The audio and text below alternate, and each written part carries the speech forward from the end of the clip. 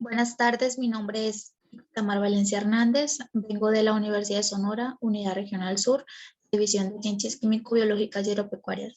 El tema que hoy les vengo a impartir es el de difracción.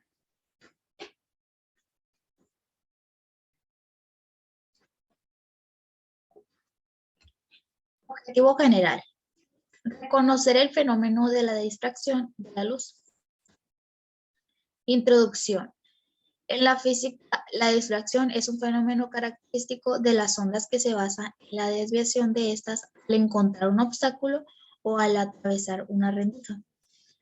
Es decir, la difracción ocurre en todo tipo de ondas en la superficie de un fluido y ondas electromagnéticas como la luz visible y las ondas de radio. Difracción de Fresnel y de Fraunhofer.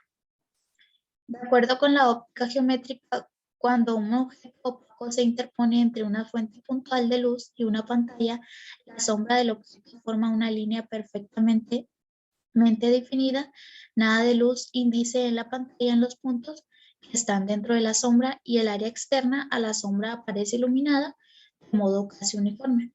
La naturaleza ondulatoria de la luz origina efectos que resultarían incomprensibles con base en el modelo simple de la óptica geométrica. Se produce una clase importante de los efectos cuando la luz incide en una barrera que tiene una abertura o un borde. Ahí en la imagen se puede observar que dice la óptica geométrica, que dice que esta situación, debería producir un límite bien definido entre la iluminación y la sombra sólida. Difracción y principios de Huygens. Es posible analizar los patrones de difracción con base en el principio de Huygens. Repasemos brevemente ese principio. Cada punto de un frente de onda puede ser considerable como la fuente de onditas secundarias, que se extiende en todas direcciones con rapidez igual a la de propagación de onda. A veces la difracción se describe como la luz que rodea un obstáculo, sin embargo el proceso que origina la difracción está presente en la propagación de todas las ondas. Cuando un obstáculo impide el paso de una parte de la onda, se observan efectos de la difracción que son resultados de la interferencia de las partes restantes de los diferentes de onda. Típicamente, los instrumentos ópticos utilizan solo una porción limitada de una onda. Por ejemplo, los telescopios te sirven solo de la parte de la onda que se admita por su lente o espejo. Por consiguiente, la difracción está presente en casi todos los fenómenos ópticos. Difracción desde una sola ranura. En esta sección analizaremos el patrón de difracción que forma la luz monocromática de ondas planas, es decir, rayos paralelos. Cuando emerge de una ranura larga y angosta, llamaremos ancho a la dimensión angosta. No obstante, esta figura se trata de una dimensión vertical. En el inciso A dice, resultado que se predice, la óptica geométrica predice que esta disposición producirá una sola banda brillante del mismo tamaño que la ranura. En el inciso B dice, lo que realmente se observa, en realidad veamos un patrón de difracción, es decir, una disposición de franjas del indiferente. Intensidad en el patrón de una sola ranura. La ecuación también permite calcular la posición de las crestas o máximos de intensidad, así como la intensidad en estas crestas. Esto no es tan simple como pareciera. Esto es aproximadamente correcto, pero debido al factor del denominador de la ecuación, los máximos no se presentan exactamente en tales puntos. Ranuras múltiples.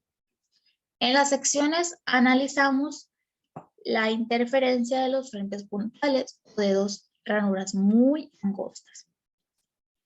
En este análisis pasamos por alto los efectos debido al ancho de ranura finito, esto es diferente a cero.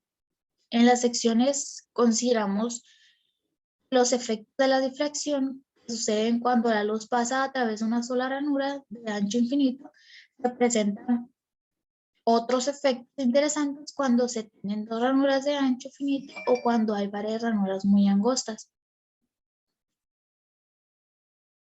Rejillas de difracción. Una rejilla de difracción consiste en un gran número de ranuras finas paralelas espaciadas una distancia de la condición para que se alcance la intensidad máxima en el patrón de interferencia, que es la misma que en el caso del patrón de dos fuentes. Pero los máximos producidos por la rejilla son muy marcados y angostos. Difracción de rayos X. Un cristal actúa como una rejilla tridimensional de difracción ante los rayos X, cuya longitud de onda es del mismo orden de magnitud que la separación entre átomos de cristal con respecto a un conjunto de planos cristalinos separados entre sí por una distancia. Hay interferencia constructiva cuando los ángulos de incidencia y de dispersión son iguales y cuando se satisface la condición Bragg. Aberturas circulares y poder de resolución. El patrón de difracción producido por una abertura circular de diámetro consiste en una mancha central brillante llamado disco de Halley y una serie de anillos concéntricos,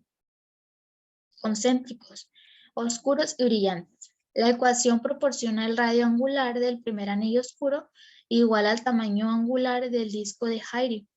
La difracción fija el límite último de definición de los instrumentos ópticos. De acuerdo con el criterio de Rayleigh, dos objetos puntuales están apenas resueltos cuando su separación angular está dada por la ecuación. Conclusión.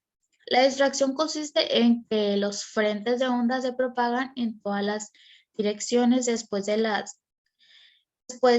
por la abertura o bordear el obstáculo. Es decir, el fenómeno es más perceptible cuando el tamaño de la abertura o del obstáculo es parecido a la longitud de onda del frente.